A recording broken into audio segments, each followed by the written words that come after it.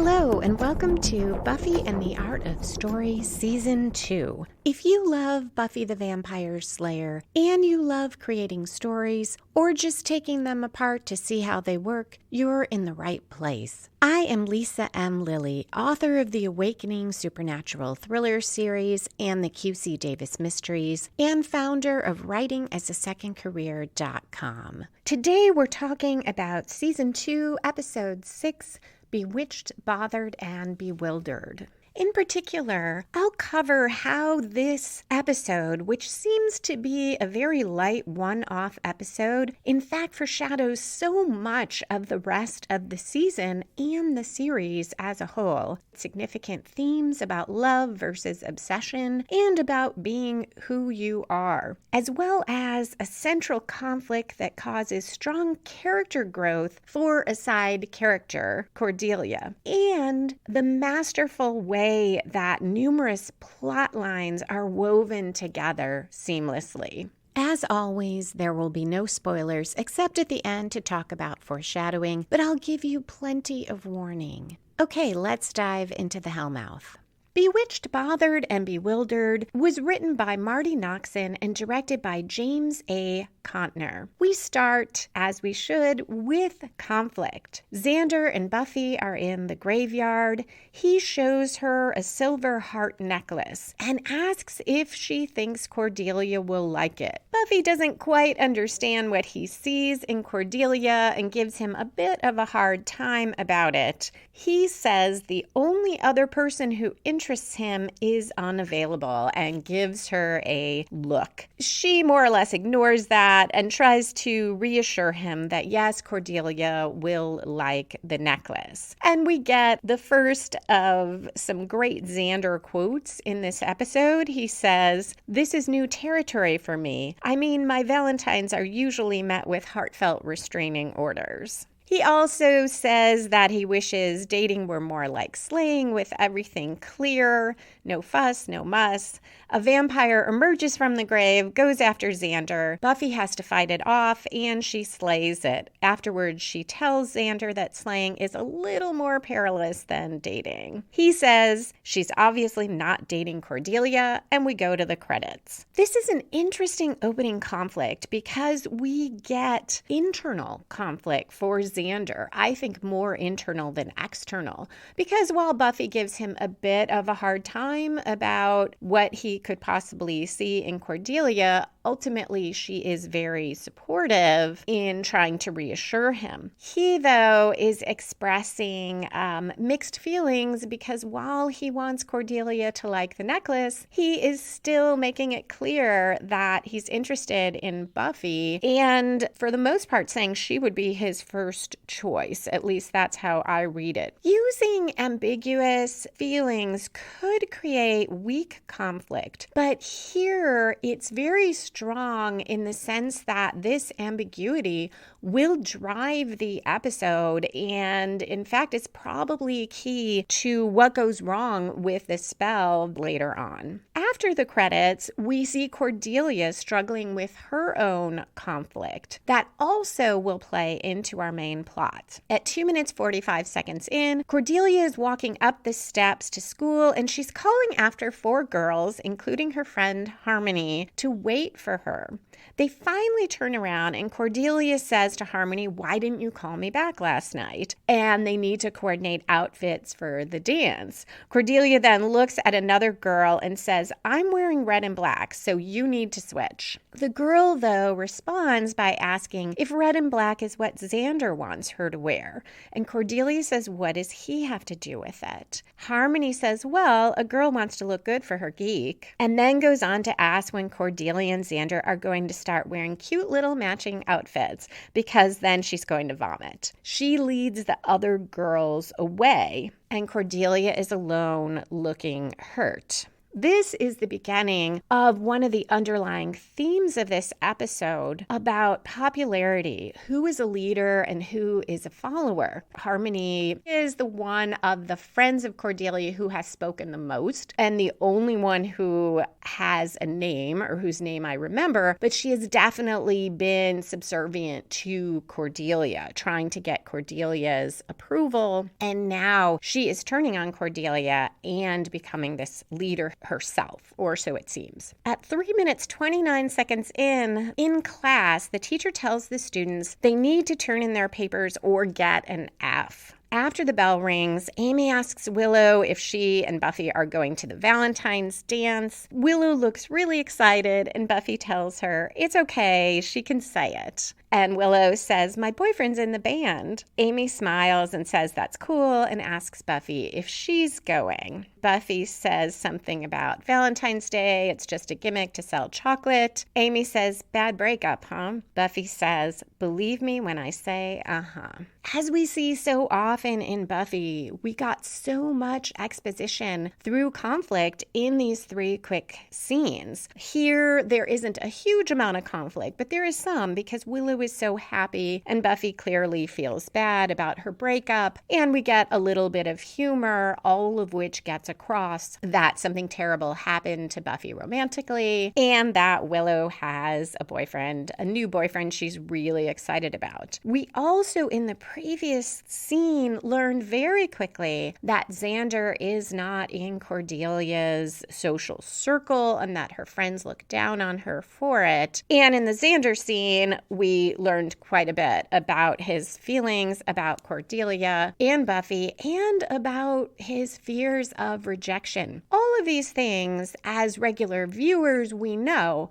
But if we tuned in for the first time, we might not understand everything about these characters, but we would have a pretty good idea what's going on, who they are, what the relationships are between them. And this is all in less than 4 minutes. We are leading to our story spark or inciting incident that sets our main plot in motion. At the end of the class, each student is handing their paper one by one to the teacher. Amy, though, is empty-handed, but she gives the teacher this look, and the teacher thanks her and mimes taking a paper. And Xander sees this. This is 4 minutes, 25 seconds in. And that is often where we see the story spark at 10% into an episode, a novel, a movie. So these episodes are 42 to 44 minutes long. So this is right at that 10%. It won't become clearer until a little bit later why this is the story spark. But it does set our plot in motion because if Xander hadn't seen Amy using her witchcraft, he couldn't have gone to her about a love spell, no matter how angry he felt at Cordelia later. In the hallway, Xander tells Buffy and Willow what he saw, and they all agree that Amy's the last person who ought to use witchcraft, given what happened with her mother. So again, very quick exposition through a little bit of conflict in the sense that they're all concerned. Giles comes up and wants to talk to Buffy, but at that moment, Jenny emerges from her classroom and she says, Rupert. But he says, Miss Calendar, as he did before they knew each other well and dated. She says she wants to talk to him if he has a minute. Buffy is looking down at the floor through this whole exchange, and Giles says he doesn't have time right now. He needs to talk to Buffy about something. And Buffy says, let's go. Jenny walks off, and both Willow and Xander look sad for her. In the library, Buffy asks if Giles is okay. He says he'll be fine, even though he doesn't really look it, and that he's more concerned about her. In unusually vague terms, he warns Buffy about what Angel might do to her because it's Valentine's Day. He says Angel is prone to what he probably thinks of as brutal displays of affection, and Giles suggests Buffy stay off the streets. He'll patrol instead, and he says, better safe than sorry. After a long pause, Buffy says, it's a little late for both. Notice how we have a number of conflicts and plot lines here. We have Xander's feelings for Cordelia and fears of rejection. We have Cordelia's conflict with wanting to remain popular and included in her friend group versus being with Xander. We have Amy using witchcraft despite that it had disastrous consequences for her mother. And we have Angel posing an escalating threat to Buffy because it's Valentine's Day. And as sort of a side note to that, Buffy's feelings about this awful breakup being heightened and emphasized because of Valentine's Day. All of these weave together so well throughout the episode. And now we're going to get one more. It's not quite a subplot for the episode, although it is a subplot for this half of the season, which is this dynamic and conflict between Spike and Angel and Drusilla and this triangle. The scene switches to the factory. We close up on a jewelry box that opens to show a beautiful necklace inside. So as often is the case, we see the sort of dark relationships mirroring Buffy's relationships and friendships because Xander is giving this heart necklace to Cordelia, fearing rejection, and here Spike gives this beautiful necklace to Drusilla. She loves it, which makes Spike happy, but just as he's saying nothing but the best for her, Angel drops a bloody heart on the table in front of her and tells Drew he found it inside a quaint little shop girl. He takes the necklace and puts it around Drusilla's neck. Spike, who is still in the wheelchair, starts to say he'll get it, but Angel says done, and that Spike has to admit it's much easier when Angel takes care of Drusilla. Angel then ponders how best to send Buffy a message on Valentine's Day, and Spike suggests ripping her lungs out. Angel says it lacks poetry, and Spike says it doesn't have to. Drusilla intervenes and says, don't worry, Spike. Angel always knows what speaks to a girl's heart. Of course, that does not make Spike feel any better. At the Bronze, Willow is happily watching Oz playing in the band, and Xander is fiddling with the box with a necklace for Cordelia. She walks in looking stunning in a red dress. She goes over to say hello to Harmony and the other girls, and they just turn away from her. At Buffy's house, Buffy is watching videos with her mom and they're eating snacks. There's a knock on the door. Buffy goes to the front door, but no one's there. When she returns, Joyce is gone.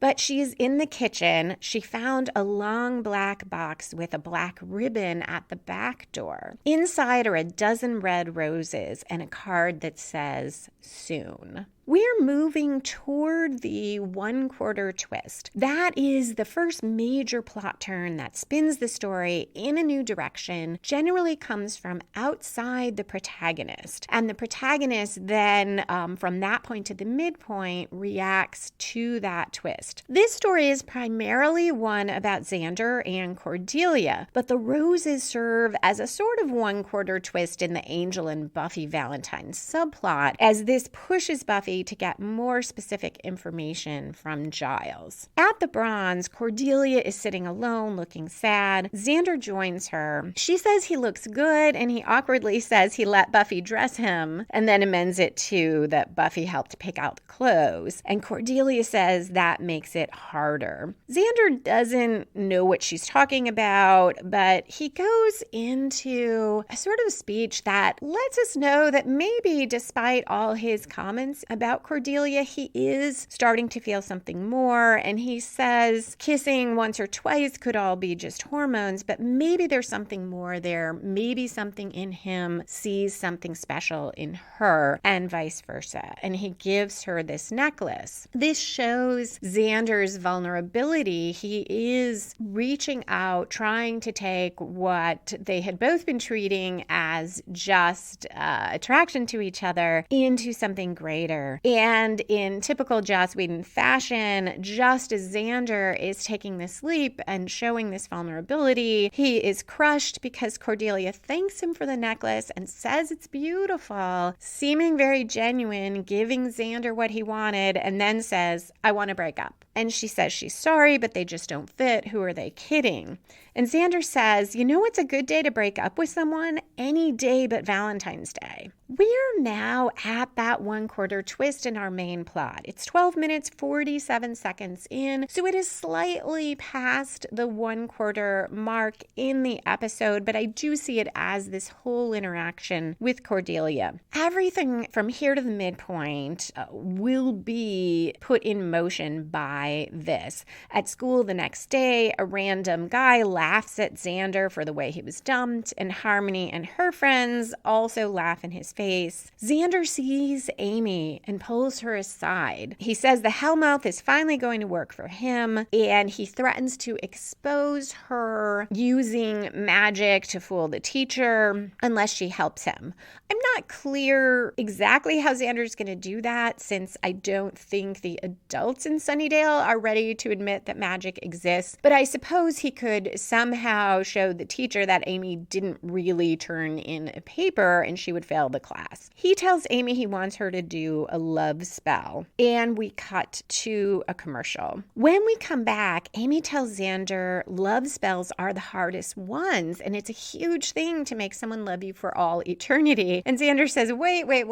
He doesn't want Cordelia to love him so that he can be with her. He wants her to fall in love with him so he can reject her and she can feel the pain that he's feeling. Amy says, I don't know. Intent for a love spell has to be pure. And Xander says it is pure desire for revenge. She finally agrees and tells him she'll need something that belongs to Cordelia. So this is what I meant by Xander's ambiguity playing into and driving the plot here, because we're told intent has to be pure. And Xander, not only does he want revenge, but I think this is fueled by that feeling of he wasn't even certain there was more there with Cordelia. And somehow that makes it worse for him, because he put himself out on this limb for someone he wasn't even sure was the right person for him, but that he was starting to have these feelings for, and she nonetheless rejected him. That's my take on it. It could also be that he really does have these deep feelings, but definitely not a pure intent. In the library, Buffy gives Giles the card from Angel and says, soon what, Giles? You never held on to me until the big bad thing in the dark became my ex-honey. And Giles says she's right. He will tell her what he has learned in his research about Angelus. We switch to the hallway, and Xander asks Cordelia for the necklace back. She says she thought it was a gift, but he insists. Now we see Cordelia's true feelings and vulnerability.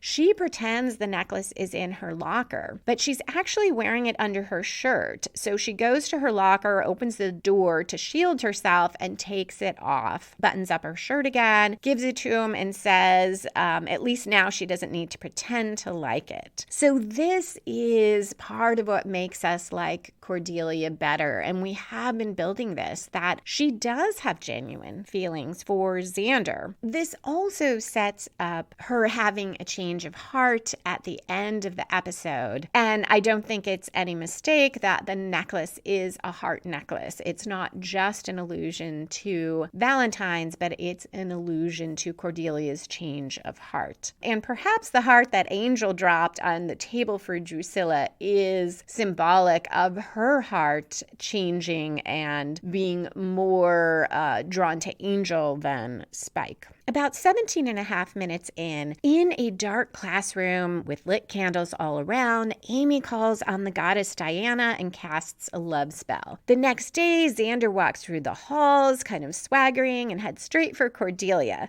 She's sitting with Harmony and her friends, but she is annoyed with him and asks if he's going stalker boy on her. In the library, Giles is going through the terrible things Angel has done to torment women women that he loved. Buffy tells Giles he can skip the part about Angel nailing a puppy to the tree since she doesn't have a puppy. Xander walks in complaining about how awful his life is. Giles is back in the stacks researching, and Buffy tells Xander she heard about him and Cordelia, and it's Cordelia's loss. Then she tells him she'd really like it if the two of them could just get together that night and hang out, maybe comfort each other. Xander makes a joke about whether that comfort might include a lap dance, which he finds really comforting. And Buffy says if he plays his cards right and moves closer to him. And Xander says something like, okay, you know you're talking to me, right, Xander? And Buffy says she was surprised how glad she felt when she heard about him and Cordelia breaking up. And maybe this is why we got that moment in phases where we have that little bit of tension between Buffy and Xander. This foreshadowed or built up that Xander might think that Buffy being interested in him might be genuine, because she then says, it's funny how you can see someone every day but not really see them, you know? And they're about to kiss and Amy comes in and interrupts. Out in the hallway, she tells Xander she doesn't think the spell worked right, but she is pretty new at this, so they can try again. He glances through the window in the door to the library, and Buffy is sending him these sultry looks, and he tries to put Amy off, but then she says, well, they don't have to cast spells, they could just hang out. And Amy says, you know, it's funny how you can see a person every day and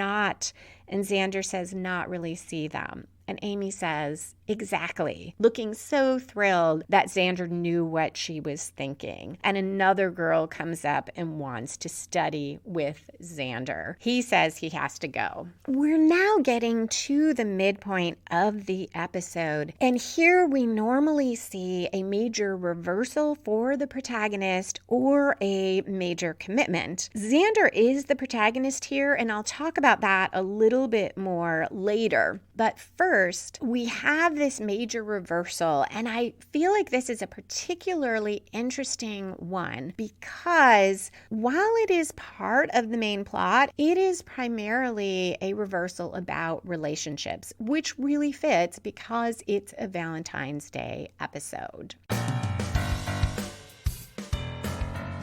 Thank you all for listening. If you enjoy the show and would like it to continue, please post a review on iTunes or wherever you listen to podcasts, or tell a friend about the show. Also, thank you in particular to patrons who help make the show go forward. You can join them for just $1 a month and get access to bonus content, including a breakdown of Jessica Jones. I will also be recording over the next month a breakdown of a film where Nicholas Brendan, the actor who plays Xander, is one of an ensemble cast. It's called Coherence, and I'm really interested to look at it because according to what I read about it, it was done without a script. The actors were given information before each scene, and then it was mostly improv. So I'm really curious to see how the plot structure I normally look for and use in my own writing, whether we will still see that framework there. Coherence is a sort of quiet horror story. It takes place when a comet is coming close to the Earth and what that causes to happen to this group of people, these friends meeting for a dinner party. There is a link in the show notes for Patreon. You can also search for my Patreon page, but I made it particularly challenging because I somehow threw an extra L in my name when I set it up. So you would have to look for patreon.com/Lisa M. Lilly, but spelled as Lisa, M as in Marie, LLILLY. I guess I really, really like those L's. Xander has gone home to get away from this chaos he created, and there he hurts the last person in the world he wants to hurt, because when he sits down on his bed, Willow pops out from under the covers. This is about 21 and a half minutes in, so right about that midpoint, and she comes on to him, and he tries to hold her off. He says, "What about Oz?" She says she doesn't care, she just wants Xander. Xander tells her she cast a spell and it backfired, but Willow ignores that and continues to come closer to him and says she wants Xander to be her first, and they both know that it's right. Xander says this has to stop, and he runs. At school, Harmony and the other girls shun Cordelia once again, and she says, "Okay, what did she do now? Wear red and purple together?" And Harmony says Xander is wounded because of Cordelia, and only a sick pup would let Xander get away, no matter what her friends said. Xander is now at school again because he's going to seek help from Giles, and all the girls stare at him and follow him. He tells Giles he made a mess and cast a love spell. As he is trying to explain, Jenny comes in and says she and Giles really need to talk, but she too becomes distracted by Xander, telling him what a nice shirt he's wearing, touching his shoulder, asking if he's been working out, even as she is trying to convince Giles to give her another chance. Xander nods towards Jenny and looks desperately at Giles. And Giles says, "I cannot believe that you were fool enough to do something like this." Xander says, "Oh no, I'm twice the fool it takes to do something like this." Giles tells him people under love spells are deadly. They lose all reason. And he tells Xander not to leave the library. He'll find Amy and try to get her to reverse the spell. Xander pushes the card catalog in front of the double doors, but unfortunately the doors swing outward, so Buffy just opens one and strolls right in around the card catalog. She is wearing a very short black raincoat, apparently with nothing on underneath it. She starts to take it off. Xander begs her not to. He's saying if he thought this was real to her, it would be different, but she has no clue what it really would mean to him. She's under a spell and they can't do this. She gets angry and says, has he been toying with her? Is it just a game? Amy comes in and yells at Buffy to get away from Xander. He belongs to her. Buffy then accuses him of two-timing her. It escalates and Buffy punches Amy.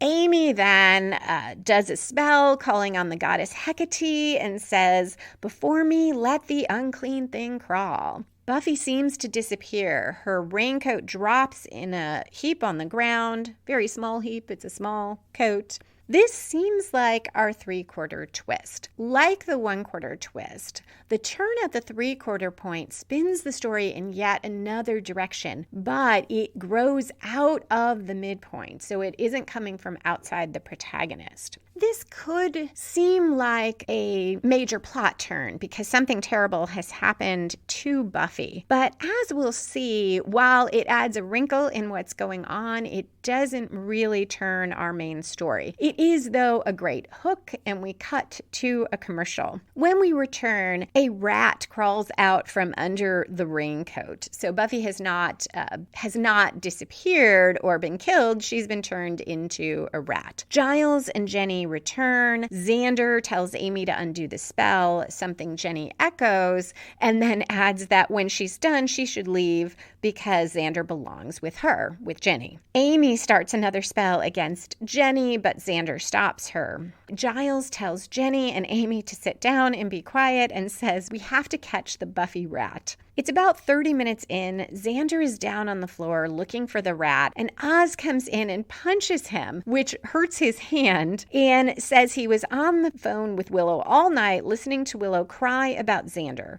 Oz isn't sure what's going on, but he was left with a very strong urge to hit you, he says to Xander, and then helps him up. Buffy, as a rat, runs out the door, and Giles tells Xander to go home and lock himself away. He'll try to break the spell spell with Amy and Jenny, and he asks Oz to go look for Buffy. Giles is both angry about the spell at all, but mainly that Xander has put Buffy in such danger, and he tells Xander to get out of his sight. Xander looks so despondent, and looking down, he leaves. We're now 31 and a half minutes in, and in the hallway, girls are surrounding Cordelia, beating her up. Xander sees it, and he breaks in to carry her out of the school. Giles, talking to Jenny and Amy, says that Cordelia's necklace must have protected her from the spell. And Jenny and Amy argue about which one of them has the real love for Xander. And Giles yells at them, and Amy says he has no idea what she's going through. And then we get this quote from Giles. He says, "I know it's not love. It's an obsession. Selfish, banal obsession. Now Xander's put himself in very great danger. If you cared at all about him, you'd help me save him, rather than wittering on about your feelings." While Giles is talking, Jenny disappears out the door. We now get to our 3/4 turn. It's about 32 and a half minutes in, so right about 3/4 through the episode, Cordelia and Xander run outside the school. Xander thinks that they've lost the group that was pursuing them, and then they both freeze as they see a group of girls and women waiting for Xander, including Willow with an axe. And Xander tells her she doesn't really want to hurt him, and Willow says he doesn't know how hard this is for her. She loves him so much, and she'd rather see him dead than with that bitch. This is the turn that comes from both Xander's actions in casting the love spell, but from that reversal at the midpoint where he hurt Willow so badly. And now the shift is these women and girls, they want to kill Xander and also Cordelia. We already saw them being violent toward Cordelia. Harmony and the other girls come outside from the school, and Xander and Cordelia dash away while the two groups of women and girls fight each other. The nice thing about this turn is it doesn't just shift the story, but it escalates the stakes because now we are talking about mortal danger. I can't help contrasting this episode with Teacher's Pet. That was the one with the praying mantis from season 1, where we did spend a lot of time in Xander's point of view, but I really struggled to figure out whether Xander or Buffy was the protagonist. Here, it's much more clear. The protagonist should have a goal, be actively pursuing that goal throughout the episode, be the main viewpoint character, and have the most at stake. And in this episode, Xander is the only one actively pursuing a goal throughout the episode. First, his goal is to advance his relationship with Cordelia, and then we build on that and turn it a bit because it's to get revenge. And then it is to protect himself and Cordelia, which grew out of those first goals. Buffy, in contrast, is in reaction mode through the entire episode, reacting to Angel's roses, to what Giles tells her, and then to the love spell. First by coming on to Xander, now she is a rat. Cordelia initially is reacting to her friend's disapproval, and then to the fallout of the love spell. So while we'll see that as a character, Cordelia experiences the most growth, she is not the protagonist. Xander also is our main point of view character. We see him the most often, he has the most screen time, and we mainly see it through his eyes, though we do see quite a bit through Cordelia's eyes as well. Finally, Xander has the most at stake. Yes, both he and Cordelia are in danger of being killed, but Xander also has extreme emotional stakes. We see how devastated he is when Giles expresses such disappointment, such anger. He can't even look at Xander. And while we haven't got a huge amount about Xander's home life, we know that it is not good. And we see in this moment how much Giles means to him and how crushed he is by Giles' disappointment. Xander also has endangered his friendship friendship with Willow. She and he have known each other forever, and now he has devastated her. And he jeopardized Buffy. Also, he has lost Cordelia, or thinks he has. Things are just awful. Everything is at stake for Xander. So he is clearly the protagonist here, unlike in Teacher's Pet. The scene switches to the school basement where the Buffy rat is going down the stairs. A few minutes later, Oz follows with a flashlight. We see the rat encounter a cat, and we switch back to Cordelia and Xander running down the street. Cordelia asks what's going on and who died and made you, Elvis. They see Buffy's house, and Xander says he'll explain later, but they should get inside. At first, Joyce is very concerned about the situation. She tells Cordelia to go upstairs and get some bandages and says Xander should sit down and tell her all about it. He sits at the kitchen table and Joyce says she'll get him something to drink. Does he prefer cold or hot? And she starts rubbing his shoulders and he drops his head on the table. Cordelia returns, and again, through some humor, we get an advancement of the plot and more insight into Cordelia. She pulls Joyce off of Xander, pushes Joyce out the back door, slams the door, and says, "And keep your mom-aged mitts off my boyfriend." Former. Such a nice example of using humor to convey emotional vulnerability here. She then asks Xander if everyone has gone insane, and he says, why is it so hard for her to believe other women find him attractive? And we get great quotes here. Cordelia says, "The only way you could get girls to want you would be witchcraft." And Xander says, "That is such a..."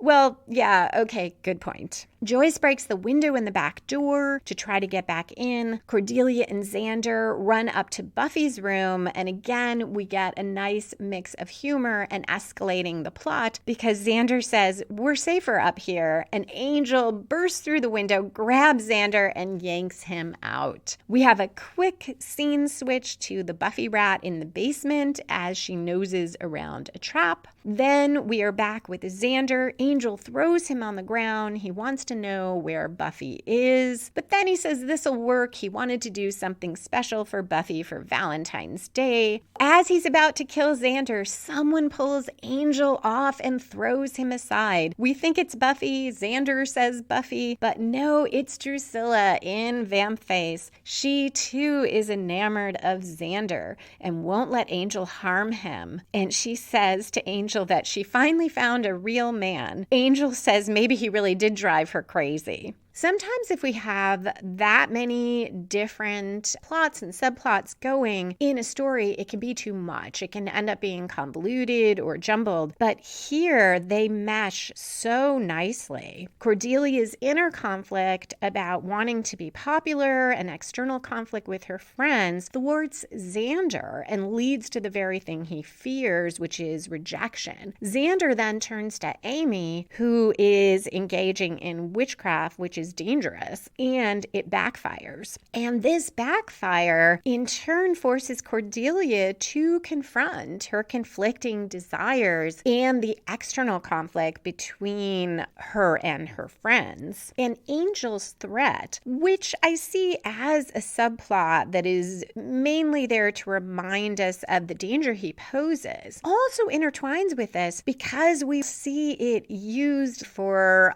humor and a bit of comic relief in Xander's story. As so often with the writers on this show, I am just amazed at how they bring together moving parts and make it look so easy and so natural. Drusilla is focused on Xander and asks how he feels about eternal life. And Xander says, "We couldn't just start with coffee, a movie maybe?" Looking very frightened. And we are 37 and a half minutes in. We are moving to our climax where our opposing forces will converge and our conflicts will resolve in a dramatic way. What I like about that scene with Xander and Drusilla and Angel is that when I first watched it, I'm pretty sure I felt real concern for Xander. I wasn't too worried about the Buffy rat. We're clearly not going to kill Buffy off as a rat. But with Xander, we saw Jesse first episode turned into a vampire and dusted. Maybe the show is going to turn Xander into a vampire. After all, Angel had this major turn. The whole season has been about you're not who I thought you were. All of these twists. It still probably seemed unlikely to me that this would happen, but there was just enough uncertainty there to enjoy the humor and yet feel concerned. Drusilla does start to bite him, but the angry mob has found Xander and they rush to him, knocking him over, but also shoving Drusilla aside. Cordelia runs out. She pushes the girls away and drags Xander inside. The mob follows them. Drusilla tries too, but an invisible barrier repels her. Angel, who is over behind a tree, says, "Sorry, Drew, I guess you're not invited." Joyce joins the mob. Many of them have weapons now. Cordelia and Xander run into the basement. We're about 38 minutes in and we switch quickly to the basement of the school and Oz is saying, "Here, Buffy, here, Buffy." Then to Giles and Amy in a lab with the potion. Then we are back in the Summers basement. Xander asks Cordelia for a nail and nails the door shut. And this is so nice because remember, their first kiss was in this basement after barricading the door against the bug man or the worm man. And Cordelia says, "If we die in here, I'm going to kick your ass." Xander says none of this would have happened if she hadn't broken up with him, but she's so desperate for popularity. And she fires back and says he embraced the black arts just to get girls to like him. And he tells her hide's so thick that not even magic can penetrate it. And this changes things because she stops yelling and she touches his arm and says, "You mean the spell is for me?" And she's clearly touched by this. So now that we have this lovely moment, a giant knife slices through the door and they run down the stairs. They're backed into a corner and above them, in one of those small basement windows that's high up, more people break through the window. All these quick cuts back and forth through the various scenes really helps get that feel of escalating tension and conflict and it all coming together. It also is wrapping up all our different storylines because now we are back in the lab with Giles and Amy. Amy is saying a spell about Hecate, telling her to withdraw. There's a small explosion. We're back in the school basement. Oz is closing in on the rat. It's behind some stacked boxes and we get flashing lights and Oz says, "Buffy?" And Buffy's head pops up over the boxes. Willow, Joyce, and the other girls break through the door. Because remember, there were two spells Amy did. There was the spell about Hecate to turn Buffy into a rat, but that was after the love spell. Interesting that Giles had her reverse the Hecate spell first and save Buffy. Of course, he doesn't know how much things have escalated. He didn't see Willow with the axe or the mob, but he is the one who warned us. And I guess you can argue that getting your Slayer back would be the most important thing, even aside from the personal relationship. So in that basement, all the girls are closing in, weapons raised. Back in the laboratory, Giles adds powder to the potion and says some words about Diana. We flash quickly to all the women and girls with the weapons and Xander and Cordelia cowering. And Giles drops the necklace into the potion. Lots of flashing lights in the lab and the basement. And all the women and girls suddenly stop and start to back away. Now we are in the falling action where we tie up the loose ends. The women and girls are all very confused. They don't know what's happening. In the school basement, Buffy crosses her arms over herself. We only see shoulders up because she's behind the boxes. And she says, "I seem to be having a slight case of nudity here." And Oz says, "But you're not a rat. Call it an upside." In the basement, the other basement, Joyce asks what happened. And Cordelia says, "Boy, that was the best scavenger hunt ever." Then we cut immediately to the school hallway the next day, and Buffy says scavenger hunt. She is walking with Xander, and she says that's the best he could do. And Xander says her mom seemed to buy it. And Buffy says, well, Joyce was so wigged at hitting on one of her friends that she's repressing. Xander says Willow is not talking to him. Buffy tells him that it was worse for Willow than anyone because Willow loved him before he did the spell. And she thinks it's going to be a while before Willow forgives him. Cordelia is walking in the hall with Harmony. They are chatting away just like they used to, talking about the pledge dance. Everything seems fine until they run into Xander, and Harmony yells at him for getting in the way and says something mean, and then turns back to Cordelia to pick up their conversation. And Cordelia says, "Do you know what you are, Harmony? You're a sheep." Harmony says, "I'm not a sheep." And Cordelia says all Harmony ever does is what everyone else does, just so she can say she did it first. And she goes on, "Here I am scrambling for your approval." And she says, "When I'm way cooler than you." Cordelia goes on to say she'll do whatever she wants to do. She'll wear whatever she wants. And then she says, "And you know what?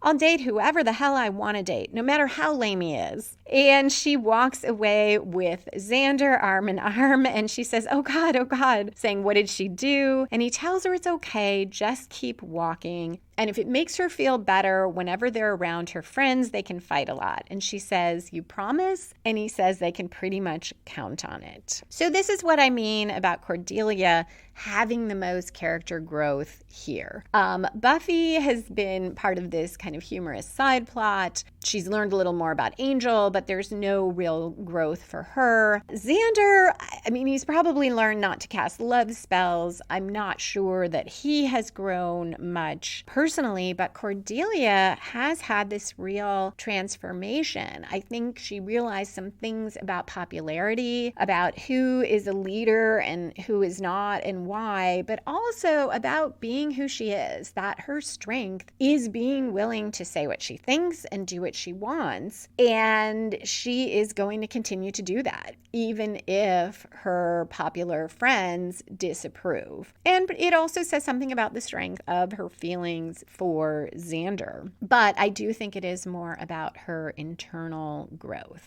Other than spoilers, that is it for this episode. I hope you will stay around, though, because while, as I mentioned at the outset, this seems like such a almost light one-off episode. It's fun. Whenever I'm about to rewatch, I always kind of think, oh yeah, that's that love spell episode. And I almost don't want to rewatch it because as I remember it, I think, oh, it doesn't go anywhere. It's kind of fluffy and we don't have a lot about Buffy in it. And then I watch it and I remember how much happens there and how much we set up for what's coming next. So I hope you'll stick around. If you don't, I hope to see you next Monday, and thank you so much for listening. And we are back for spoilers and foreshadowing. So much here. We have very subtle thawing of Buffy's anger towards Jenny. Or maybe not her anger, but her feelings about not being able to be around Jenny or not being able to handle Giles and Jenny together. She stares at the floor when Jenny comes out, so clearly she can't really even handle seeing Jenny, but yet afterwards she asks Giles how he is, and she is concerned for him. We also have more strengthening of the Buffy-Giles bond because we see how concerned he is when she is in danger. He is so angry at Xander. He already thinks Xander is foolish, but when Buffy becomes a rat, that is when he says, get out of my sight. And as I mentioned, he reverses the spell about Hecate, or has Amy reverse it first. We also have this advancement of Amy's storyline. Initially, she seemed seem very much like just part of that one-off episode. But now we have her doing spells, and this foreshadows Gingerbread next season when Joyce and the other parents will turn on their children, and particularly the ones who are involved in the occult. So this puts Amy in danger along with Willow and Buffy, and it foreshadows that Amy is learning spells, but she hasn't perfected it. So we won't be so surprised when things go wrong, terribly wrong for her in Gingerbread, or I guess in the aftermath of Gingerbread, when no one can figure out how to undo her spell. It also foreshadows the problem of using spells to advance your own personal interests. And that is such a key story arc for Willow that plays out in such an interesting way in the series, where initially Willow's focus is doing witchcraft to help fight the forces of evil. And that is why she learns it and pursues it. And we will see her take a first major step in this season. But we will then gradually see her start to turn to magic more and more to avoid dealing with her feelings, and eventually to try to change other people with tragic consequences. And all of that is foreshadowed here when we see first Amy is using witchcraft to help her grades. No immediate consequence from that, but then we see as Xander does it for a love spell, Amy is aware of this danger and warns him. He is trying to do something to harm somebody or change somebody. Now, a love spell would be doing that regardless, even if you had pure intent. And Giles tells us how dangerous any love spell is. So that is going to set up also Giles as the one who is saying, yes, if you use magic, it has to be done responsibly. And that will become a conflict between Willow and Giles. There were a couple quick, maybe not foreshadowings, but reminders. I think both foreshadowing and reminder with whether vampires can come in, because we see Drusilla is barred. The house literally seems to have an invisible wall against her, but Angel, who has been invited in and has been inside many times, is able to reach through the window and grab Buffy. Or grab Xander. So we have that foreshadowing of the danger Angel poses, that he can still get in. We have the hint of danger to Joyce because she's the one who goes to the back door and gets those roses. We have this, what Giles tells us about brutal displays of affection that we will see play out in the next episode. We even have this side reference to nailing a puppy to a tree, and next episode we will see Willow's goldfish be killed. It foreshadows that Angel will do these things to emotionally devastate people and go beyond just killing people. I don't mean just, but really take it as an art form to torment people, including through gestures like the roses that will make the person, the victim, fearful. We also have foreshadowing of Cordelia and Xander's relationship never being quite solid, though it will last for some time. There are these fissures or fault lines there, and that sense of Cordelia really being more invested than Xander in the relationship.